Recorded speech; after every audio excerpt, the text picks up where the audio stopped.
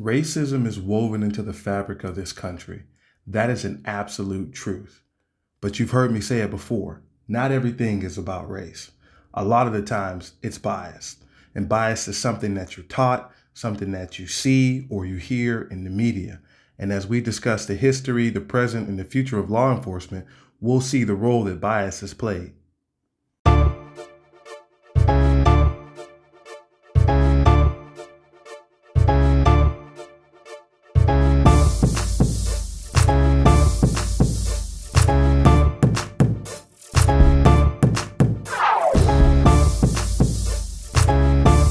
First of all, thank you for coming back to the channel. I really appreciate all the questions that I've gotten. I appreciate most certainly the support that I've gotten.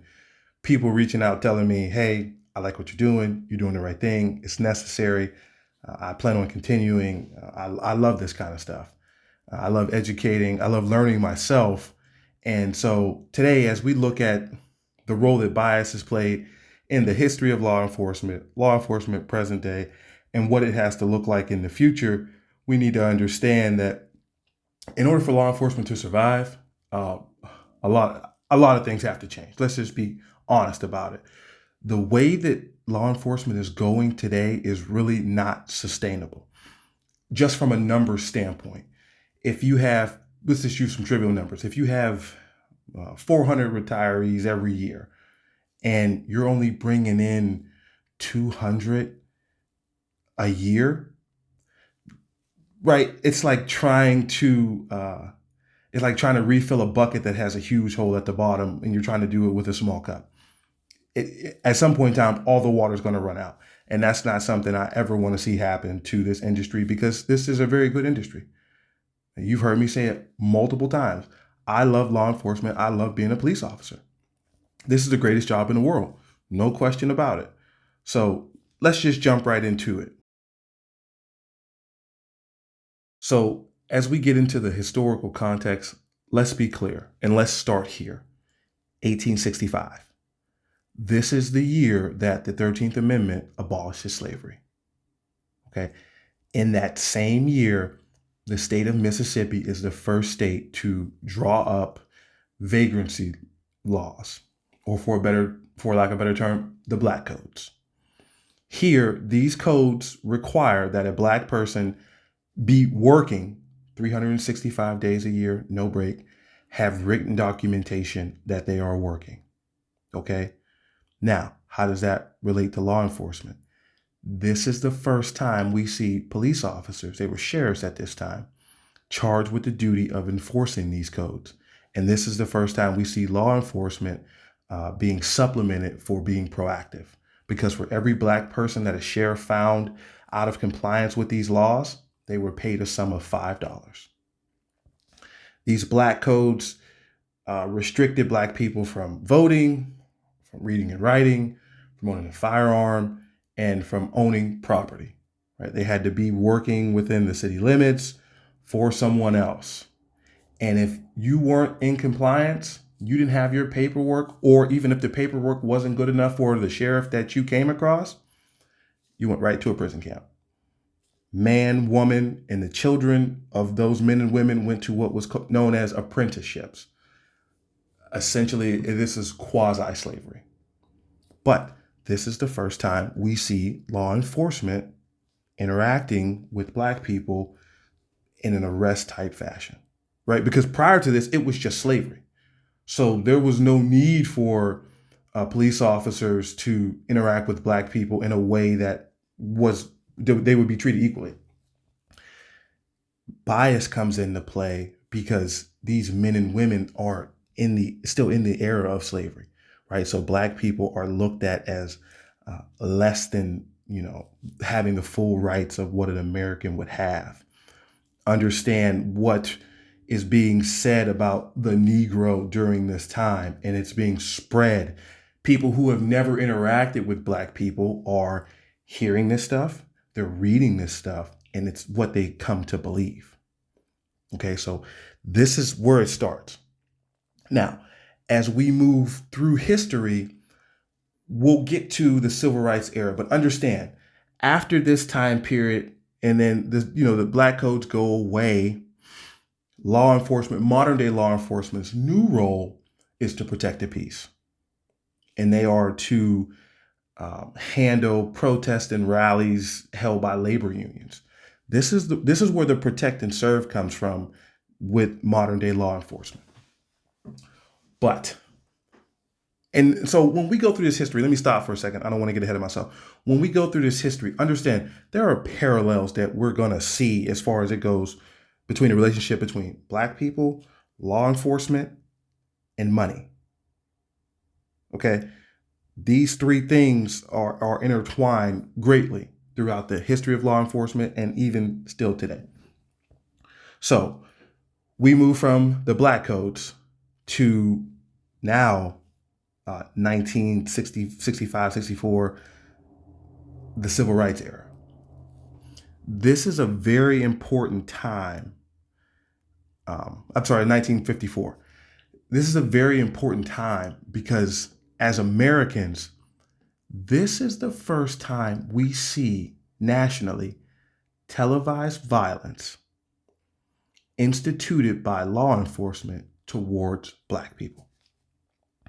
This is the water hoses sprayed on adults. This is the time where we see the German shepherds biting young Black women who are in dresses unarmed.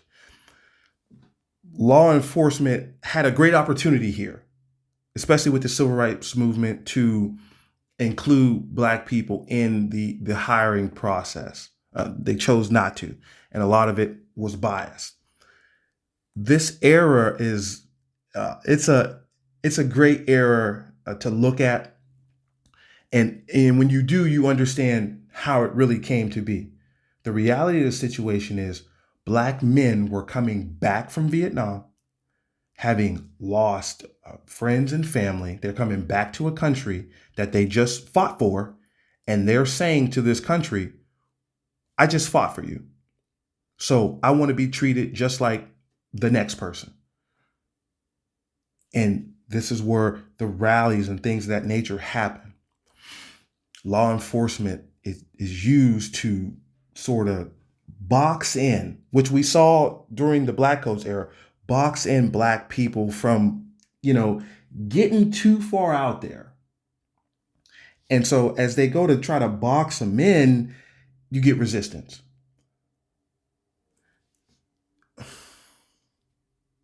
I really, it strikes a nerve with me. It strikes a chord with me when I do this kind of research and study into the industry that I love so much. Because again, so many opportunities were missed when it came to really, we see it today, quelling that narrative that, white police officers and police organizations hate Black people. It is what it is. Bias has played a huge role in everything, but in law enforcement, it has played a very big role. Because what you're asking predominantly white people to do, even back then during the Black Codes and the Civil Rights era, is look at another race of people that for so long they have been told, they have been taught that these people are uneducated, violent, cannot be trusted. And law enforcement has been used as an arm to try to, again, control them. During the same time period, I digress. Well, I digress. During the same time period, Richard Nixon coins the term the war on drugs. And I only deal in facts and things that can be proven. It is a known fact that the United States government brought drugs into the Black communities. Black men and women, if you've ever watched some of these shows that go back to that time period, you see Black men who are, who get into selling crack and things of that nature. They don't go to meet other, rich Black people to do it. They go to meet white people in white neighborhoods to either pay them or get fronted for these drugs. So when the term war on drugs is created and now, again, Black people in Black neighborhoods, police officers are sent into these neighborhoods and they are given funding to arrest everyone that they can that is involved with drugs, from the addicts to the dealers, anybody. And it is done in a very aggressive manner during this time period. Kind of a setback for law enforcement. And I want to segue a minute into something that would have really helped law enforcement if more people had listened to the way it was supposed to be done. In 1971, I believe it was, the city of Kansas City was having an issue with crime in their city. So the chief of police had some criminologists from the FBI come in, and they conducted what was known as the Kansas City study. In this study, they did multiple things to try to subdue the crime. The first thing they did was they increased the visibility of law enforcement in the city, right? More patrols, right? Through whatever your zone is. Instead of doing 2, you do 8. No effect on crime, no effect on people's feelings about being secure in their neighborhood. The second thing they did was they put more cars on the streets, right? So instead of having 2 cars for a zone, they had 5, 6 cars for a zone. And again, same thing happened. No effect on crime, no new feelings from the community about being more secure in their neighborhoods. So the chief of Kansas City is kind of at a loss because these are 2 things that he thought for certain would work. They did not. A third criminologist comes in, and as the story is told, he lays out a map and he says, "Chief, these are the places where your crime are. And if you target these areas for guns, aggressively patrol them for guns, let's see what happens." So the chief, having really no other recourse, does that. And what happens is it's almost like magical, right? Crime is reduced significantly. When you target violence, not drugs or anything like that, when you target violence in neighborhoods for the sole purpose to remove firearms, crime will disappear. Because people are not going to engage in criminal activity if they cannot protect themselves. And they're most certainly not going to engage in drug dealing if they can't protect themselves. This study was put out and it was lost in the commotion of the war on drugs. Because what did the war on drugs do? They took the 2 approaches that the Kansas City study showed were ineffective. The study also actually showed, and I've said this before, the real way to prevent crime in a neighborhood is to have the citizens' involvement, people calling in about things that are going on in their areas. So as we jump back into the war on drugs, drugs are brought into the neighborhood. Black people are, selling drugs and things of this nature. And police officers they're in these neighborhoods and they're arresting everybody.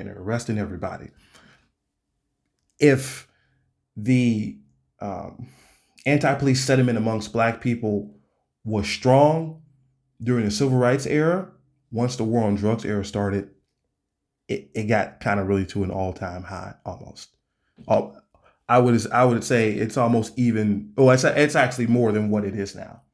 It's 100% more than what it is now.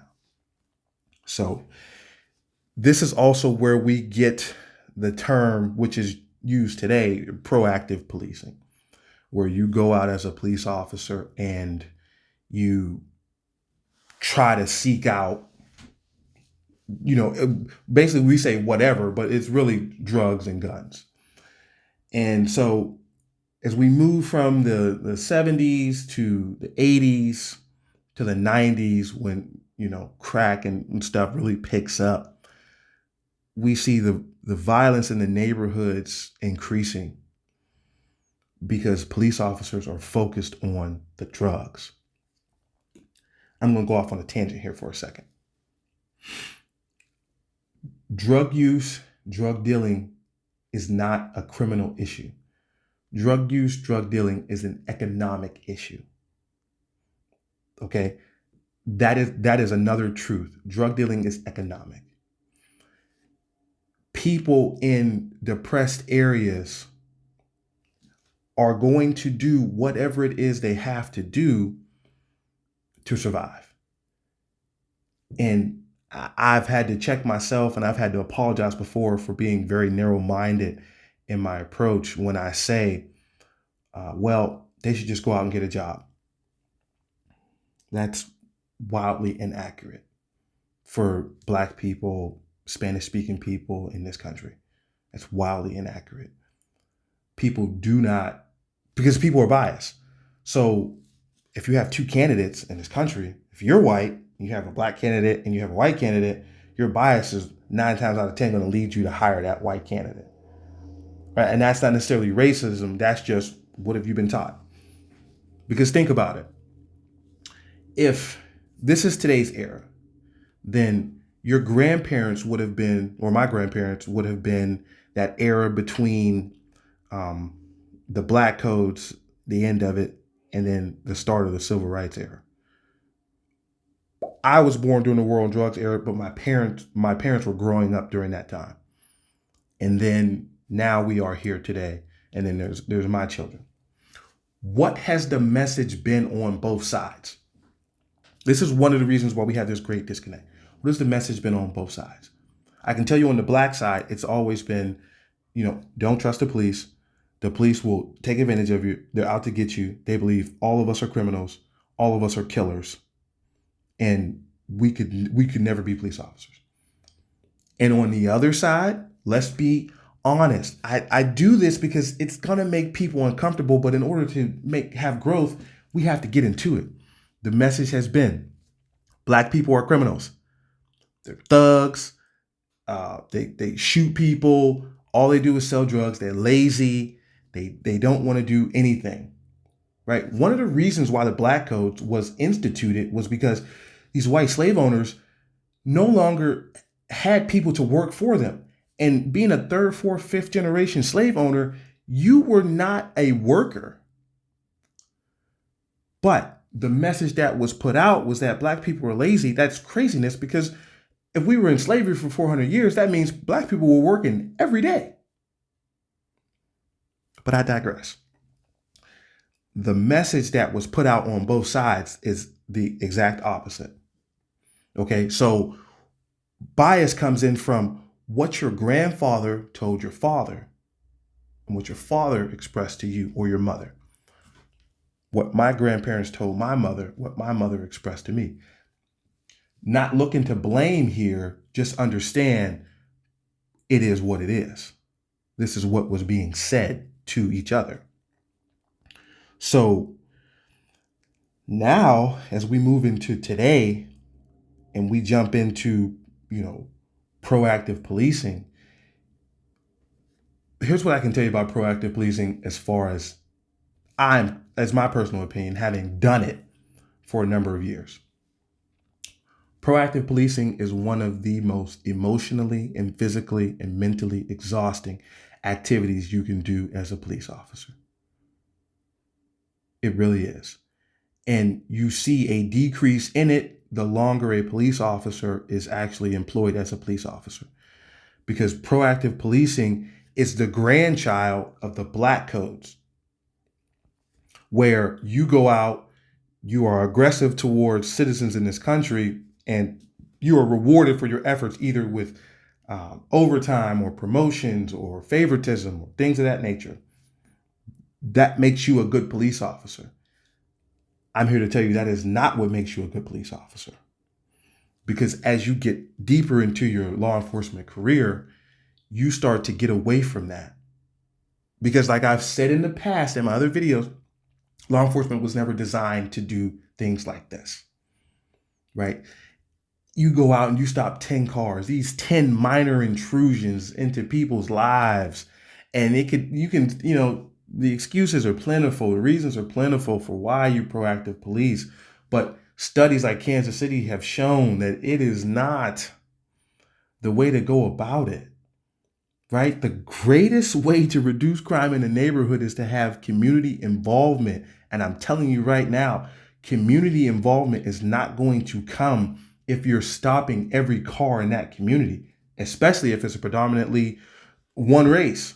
If it's a predominantly black community and there's white police officers constantly stopping people in there and quote unquote harassing them and trying to get in their cars and accusing them and treating them like criminals, it's no wonder that people don't call the police. And so as you see a police officer get deeper into his career, he stops being proactive because he starts to recognize that his power is being he's abusing his power in a sense and stopping so many people and having these hard conversations with normal everyday citizens. There's an extreme bias in proactive policing because you will not see proactive policing in an affluent white suburban neighborhood. You won't. It just won't happen. The people in that neighborhood will not stand for it. In a predominantly black or Hispanic depressed neighborhood, people proactive police all day long. In a predominantly white neighborhood, these people, I want to say they know people, but these people who will give you a lot of pushback on a daily basis. And I have friends who work in predominantly white, affluent suburban neighborhoods, and they have said, hey, our chief has come to X person, Y person, whatever, and told them, hey, back off. You're pulling over doctors, lawyers, astronauts, people that work in IT, whoever, people with quote unquote money. They want to be treated. They don't want to be treated like this, right? The rhetoric is you're treating me like a criminal. Well, isn't that what black people say in black neighborhoods? You're treating me like a criminal, even though I'm a regular black person, a regular working everyday American black person. I don't get involved in drugs. I don't shoot people. I don't kill people. I live in this neighborhood. It's the neighborhood I grew up in. I want to put back into it, but you're policing me like I'm a thug. You hear it. I hear it all the time, right? So we've gone from the black codes to the civil rights era to war on drugs, and now here today.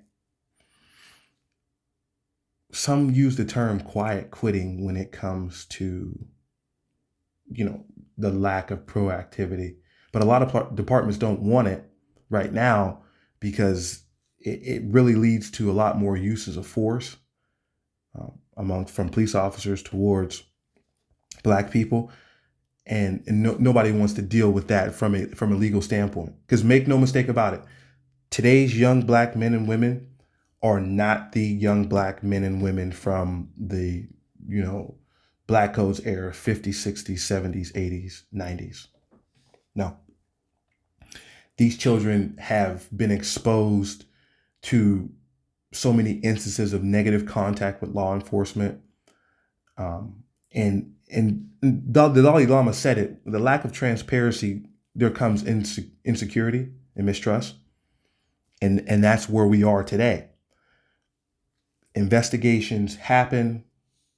People don't get answers, but people get arrested. They go to jail. And these are people of color that this is happening to.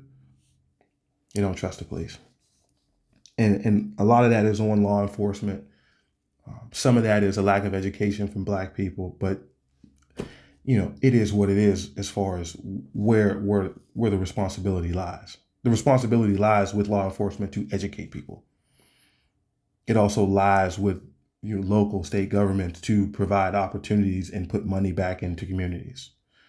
So I know I got real deep there with you. I know it probably made a lot of people uncomfortable to listen to that, but whenever there's a problem, I'm always going to offer solutions. So after the break, when it comes to, recruiting minorities and bringing more black people and other people into law enforcement, we're going to get into some solutions.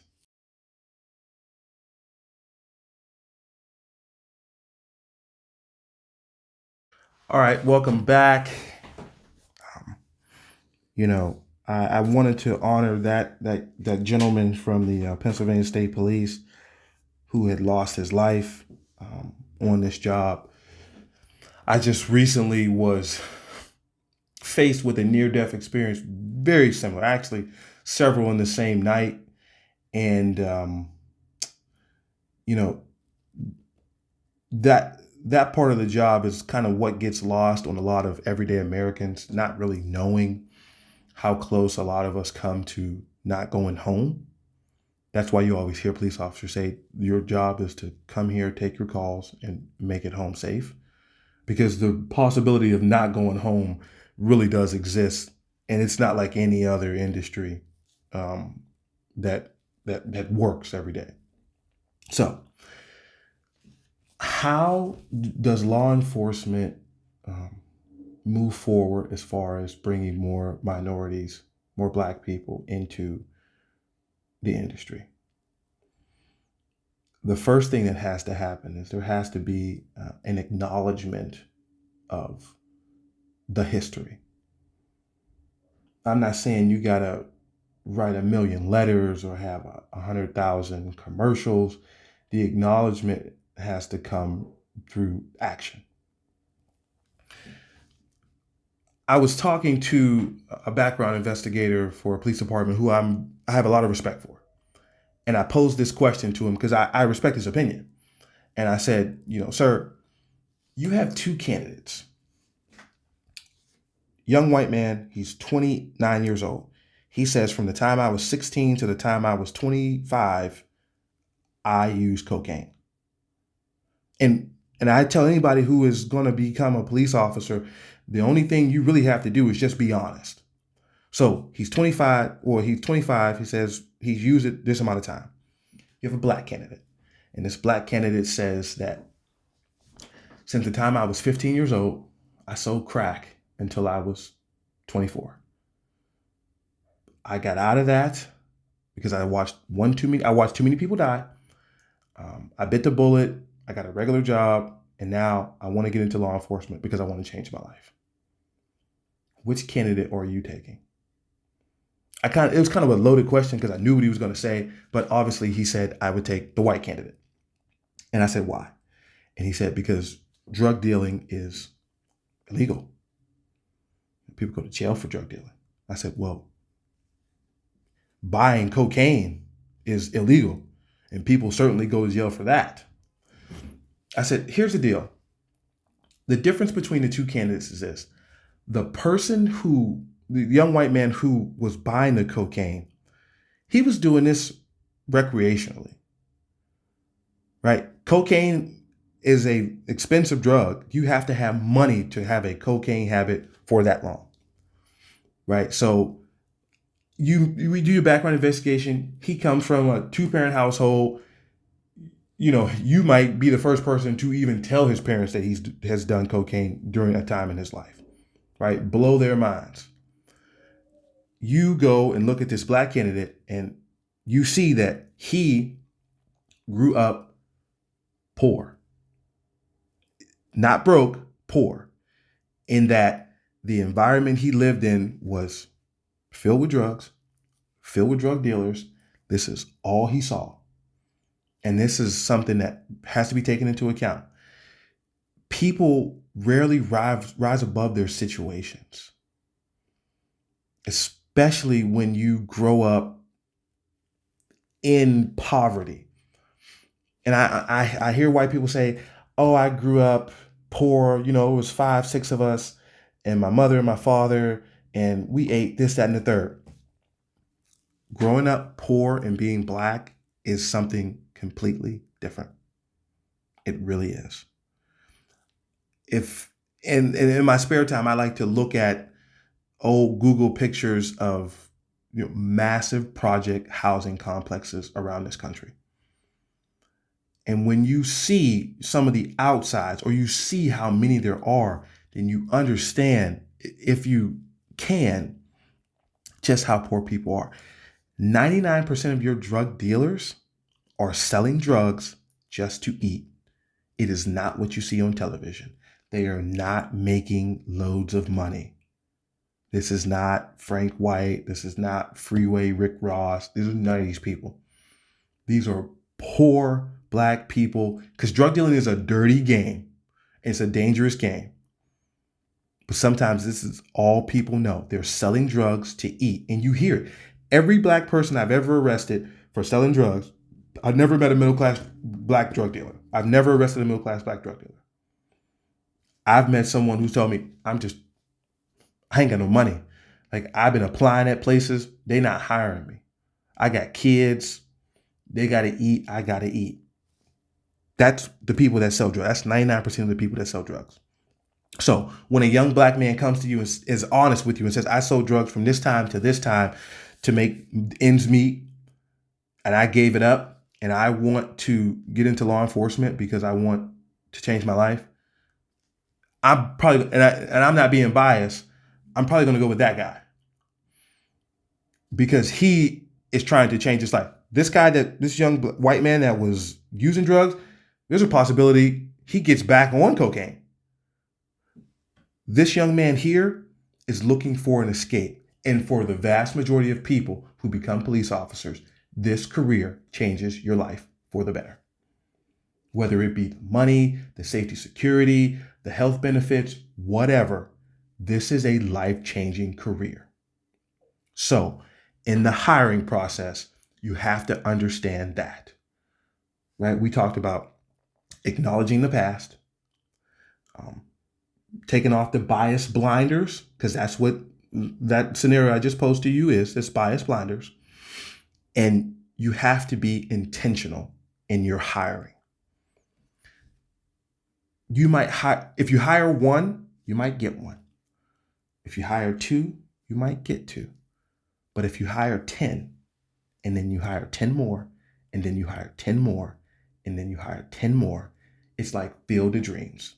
If you build it, they will come. Large police organizations have a great opportunity here today. If you bring in 10 police academy cadets, or whatever you call them, recruits, if you bring them in, and then you bring in 10 more, and then you bring in 10 more, the news starts to travel. This department, this organization, this agency has no issue hiring minorities, hiring Black people. And when that happens, you will see that more Black people will start to come, because there is an inherent trust now in your agency. This is how you bring in more minorities. You have to be intentional about it. I see it across the country when I go and look at rosters of police departments. Some departments are just hiring minorities begrudgingly, just to say they have one or two. And understand, when we talk about diversity, hiring 5 white women is not diversity. That's not diversity. That is a roster full of white police officers. And what you're asking young Black men and women, young Spanish-speaking men and women to do is look at your roster online and say, do I want to be not only the first, it's not about being the first, do I want to be the only one? Based off of what I know about these kind of people. The dinosaurs of law enforcement are roaring at a very high level right now. I understand that. But if you want to evolve and if we want this industry to evolve and to continue to be, there's going to have to be a number of changes in the way we go about and the way we hire is probably one of the main ones. The second thing is this: the image of law enforcement. I reached out to probably 10 or 11 people who were in the military who are now police officers. And I asked a simple question. Is everybody who goes to the military cut out to be a police officer? And the resounding answer from all 10 people was no, they're not. But you've targeted that group as well. And you have to understand, the thing about Black people is the image of law enforcement now with the guns and, I don't want to say, because the uniformity is necessary, but with the guns and the militaristic style videos and things of that nature, Black people aren't into that. My cousin is a recruiter in the Army, and he says it is almost impossible today to get minorities in, right? Because so if it's impossible to get them into the Army has way more opportunities for growth than law enforcement does. So imagine how hard it is for law enforcement when you're using that image. That's going to have to change.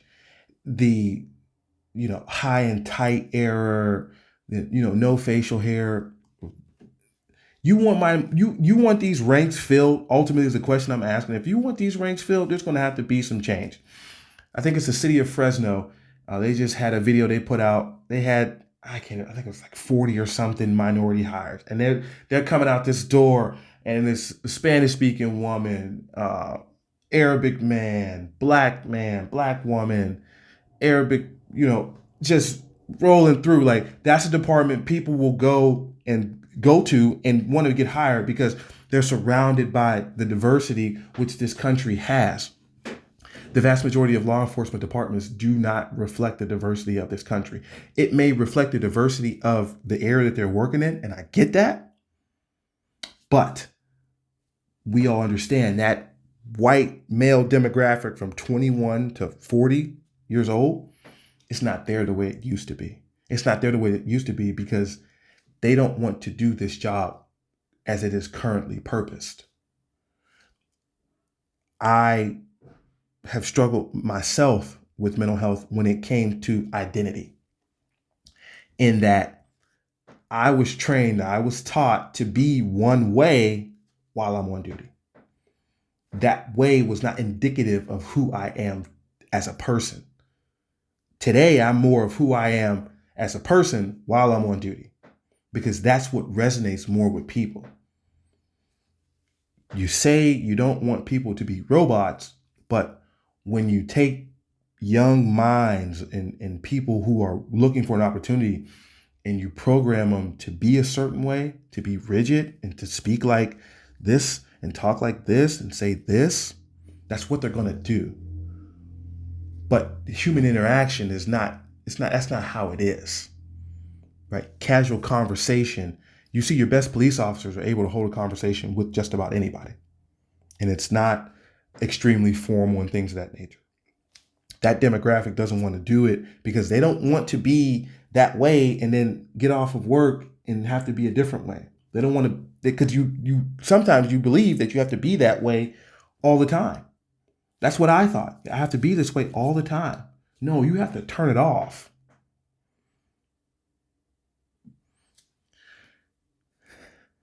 It is well known that white Americans buy more rap music than Black Americans ever could. And the image of law enforcement today would lead young white men and women to not want to get into it because they want to have, Black friends. They want to immerse themselves in Black culture. They don't want to immerse themselves in this police culture the way that it currently is, because it is very restrictive.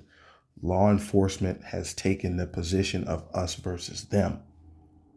And that kind of started during the civil rights era and permeated to today, where people cannot be trusted. They don't have our best interest at heart. And law enforcement has not moved with the way that society has changed from a visual standpoint. The demographic numbers between different races it's climbing and declining on a regular basis. Law enforcement has to move forward with it. This is one of those jobs where people say, not everybody's built to do this. And yes and no, but you can train a lot of people to do this job if you train them properly. And then if you have that open, hiring process where you are embracing everyone. I mean, if you're embracing everyone, then you really won't have to worry about refilling the ranks, because good news doesn't travel as fast as bad news, but good news does travel.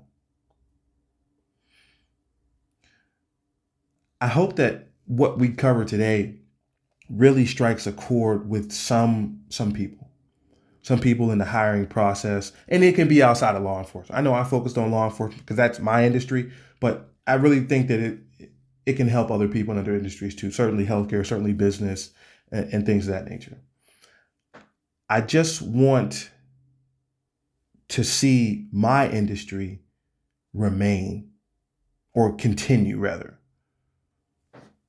not the way that this is the way we've always done it. That mindset is one of the most restrictive, and it's one of the ones that will kill this industry faster than anything else.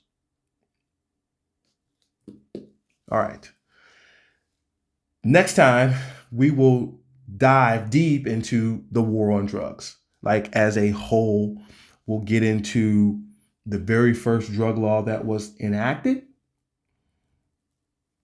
what the purpose of it was, and how that perpetuated itself down the road to where we are today. So in the comments, ask questions, make statements, and let's have a conversation about what we talked about today and what we can do to have a better experience as police officers and those in the hiring process. I'm RC. This is the Hughes Initiative. I'll see you next time.